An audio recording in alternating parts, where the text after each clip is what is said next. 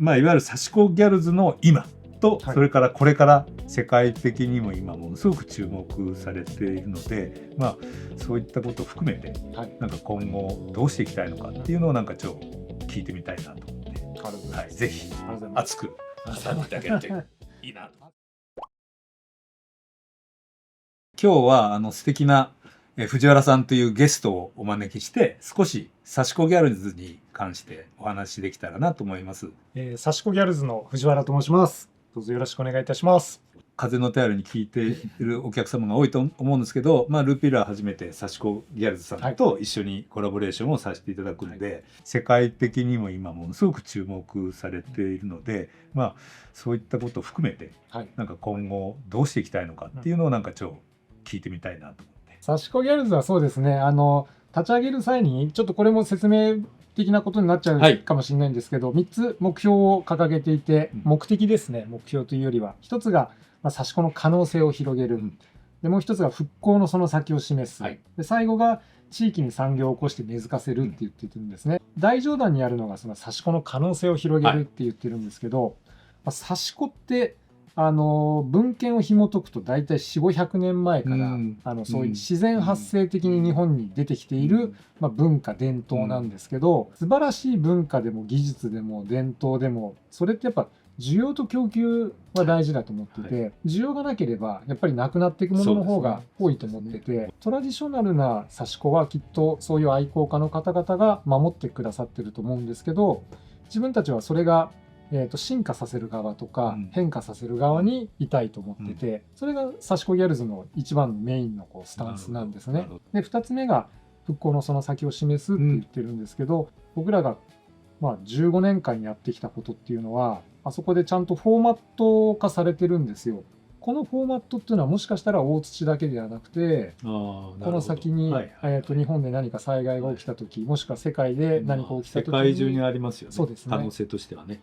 まさしくそうなんです。それが、僕らのこのフォーマットをそのまま持っていけば、非常に付加価値の高い仕事で、かつ仕事の現場に立つことができない人たちも、おばあちゃんたちとかもお仕事にできるので、これは災害とか起きた時の復興のスタンダードになる可能性があるんじゃないかなと思ってて。で最後3つ目が地域に産業を起こして根付かせるって言ってるんですけど、65歳以上の方々の割合が 40% を超えていて、復興率としては 65% 程度って言われてるんですけど、これって多分日本の大土だけじゃなくて、いわゆる田舎の地域におけるスタンダードに近いような気がする。それが多分すごく震災の影響でそれが早く起きてしまった地域のような気はするんですけど、それによって何が起きてるかっていうと、やっぱり働く場所がないんですよ。特に若い人が。単純に選択肢が少ないってことですね。少ないんですよ。少ないってことですね。そこで本当は離れないでそういうところで生活したいんだけど生活できないっていう人がすごくやっぱ若い子で増えてしまっているので、高校で刺し子の技術と歴史とたまにちょっとビジネスのこと、商業高校なんでそういうお話をさせてもらってて、できれば近隣の高校とかで1年生から授業をさせてもらって、そうすると3年間通じて刺し子を学んでいただいて技術を磨いていただければ仕事として成立する形で卒業ができるかもしれませんね。まさしく。でそれを雇用してあげて地域に産業を起こす、で根付かせる。それは多分いろんな学校とか行政と連携する必要もあるし、かつ刺し子ギャルズは多分高いという皆さんイメージあると思うんですけど、その賃金体系もちゃんとしているので、じゃあそこに夢を持って、入社してもらうっていうようなそのシステムがちゃんと作れると、僕たちがやってきたことっていうのはちゃんとなんでしょう、社会に還元されるというか、そういう風になっていけばいいなと思って、今この3つの目的を持って取り組んでいるというところ、素晴らしいですね。何人ぐらいいらっしゃるんですか。23人でしたっけ。今そう最初は15名だったんですけど、2年目で、23人でしたか。だからなんかやっぱり23人でできる量の限界っていうのが、それが新しい若い人がね、そうやって卒業して、その力になっていけば、とはいえ大量には絶対できない話なんですけど、ある程度の数ができて、みんなの大切なお金というかね、お財布開いていただいて買っていただくことによって刺し子ギャルズになんか届くそうですね。っていうのがなんか今回一番大事な話だと思うので、展望で言うと3つあって、はい、まずは必ずその教育プログラムっていうのをプログラムね、はい、今以上にしっかりしたものを今年から実装していくっていうところですね。で2つ目は、ちょっとこれは大きい夢になるんですけど、オーベルジュを建設する宿泊施設とご飯が食べれる、かつ刺し子の工房がある、そこで体験できるっていう。ワークショップというよりもそこで現場体験ができる。そうです、そうです。皆さん刺し子さんたちがされている場所を見れて自分たちも体験できるみたいな、そういう場所ですね。町の 80% ぐらいが当時いわゆる浸水被害を受けたので、宿泊施設っていうのがやっぱ今ないんですよ。なるほど。本当に自然豊かで皆さんに来ていただきたいんですけど、そこで完結するような場所があればいいなと思ってて、でかつ今刺し子さんたちもアパートの一室がその事務所になってて、特にコロナになってから皆さん自宅でお仕事されることもやっぱ増えたので、やっぱ集まれる場所をもう一回ちゃんと作りたいなと思ってて、あとは最後はあれですね、今まで多分僕がお話ししてきたことって、どっちかというと真面目な話なことがあるんですけど、やっぱり人間はエンタメがすごく大事だと思ってるから、刺し子のワールドシリーズっていうのを世界一刺し子がうまい人を決めようやないかっていう、なんかちょっとスポーツというか、決して刺し子はなんか優劣を測るものではないんですけど、今これだけ世界中で刺し子をやってる人がいる中で、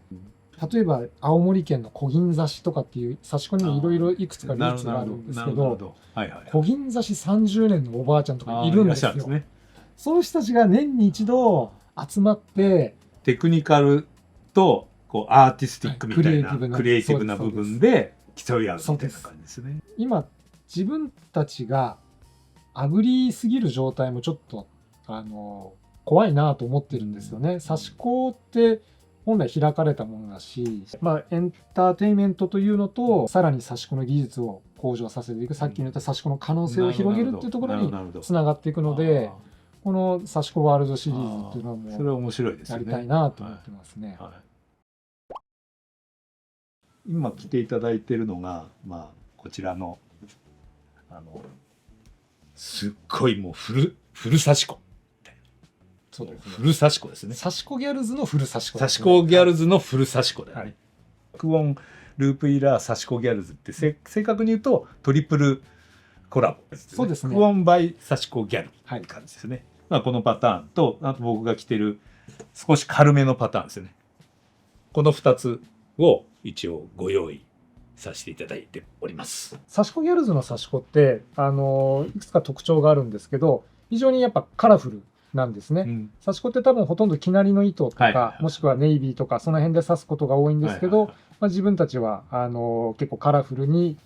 ポップにギャルズっていう名前もあるんで、そういうふうに指すことが多いです。いわゆる一般的なそのずっと刺し子を長く見られてる方とか民芸をずっと見られてる方からすると、これって刺し子なのっていうような解釈される方はいらっしゃるかと思うんですけど、もともと刺し子ってその衣類の補修とか破けた時にはそういうことですね。日本の江戸時代からの文化としては。これは僕らは刺し子ギャルズの今76歳のおばあちゃんがいるんですけど、その人がこれは令和の刺し子だねっていう自分たちで表現してるぐらい。すごくいい表現だね。そうですね。なのでこれは刺し子ギャルズの刺し子っていうことですね。でその中に例えばすごく細かいテクニックですよ。基本的に僕は LW なんてるもんね、ここ。そうです。LW が結構隠れてるはずなんですよ。いっぱい LW が隠れてるよね。隠れてます。ここには大きな LW が。刺し子ギャルズの刺し子としては非常に特徴的なものですね。であとテクニック的に言うとこの垂らすっていう、こういうテクニックもよくギャルズは使ってて、本来刺し子としてはやらないことが多いんですけど、新しい可能性ということで僕らは垂らすテクニックとかもよく使ってますね。M サイズは黄色っぽい色ですね。で刺し子をしていて、で S サイズは赤で刺し子をしてたりするので、L サイズになると多分青だったかな。外から見ても何サイズを着てるかっていうのがすぐ分かるような、そういうような作りになってます。カタカナネームのところもちゃんと刺し子を入れてくれてるんですよ。これクオンさんのそうですねはいネームなんですけど、こういう感じで芸を細かなところまで気を使ってやってくださってます。こういうのは刺し子さんが楽しくね、できる、自分できっとそうですねクリエーションがはい気持ちがそっちはいやってみようって思ってくれるんだよね、きっとね。ぜひ店頭でね見ていただけたらいいなっていうふうには思います。刺し子ギャルズ代表、藤原さんのお話。ちなみになんか大学の後輩なんですよ。あ、すいません。年齢差は相当ありますけど、先輩ありがとうございます。僕たちはすごい悪い頃の飯田橋体育大学というところの時代ですけど、こちらはビルが建ってから高層ビルが建ってからの生徒なんで優秀だと思います。先輩、はい、ありがとうございます。ありがとうございました。今日ははい、ありがとうございました。ありがとうございます。はい